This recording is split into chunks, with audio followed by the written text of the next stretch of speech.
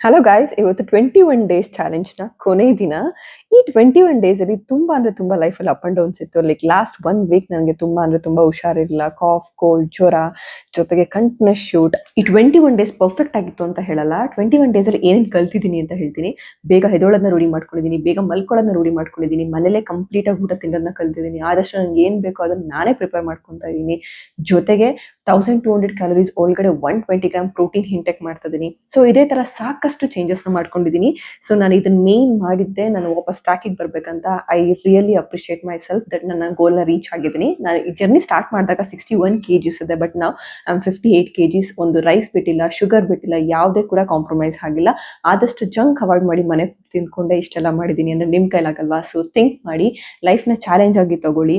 ಆದಷ್ಟು ನಿಮ್ಮನ್ನ ನೀವು ಪುಷ್ ಮಾಡಿ 100% ರಿಸಲ್ಟ್ ಸಿಕ್ಕೇ ಸಿಗುತ್ತೆ. ಹಂಗಂತ ಹೇಳ್ತಾ ನಾನು 21 ಡೇಸ್ ಜರ್ನಿನ ಇವತ್ತಿಗೆ ಮುಗಿಸ್ತಿದ್ದೀನಿ. ಆದಷ್ಟು ಬೇಗ ಸಿಗ್ತೀನಿ ವಾಪಸ್ ನಿಮಗೆ ನನ್ನ ಫ್ಯಾಟ್ ಲಾಸ್ ಜರ್ನಿ ಜೊತೆ. See you guys, take care, bye.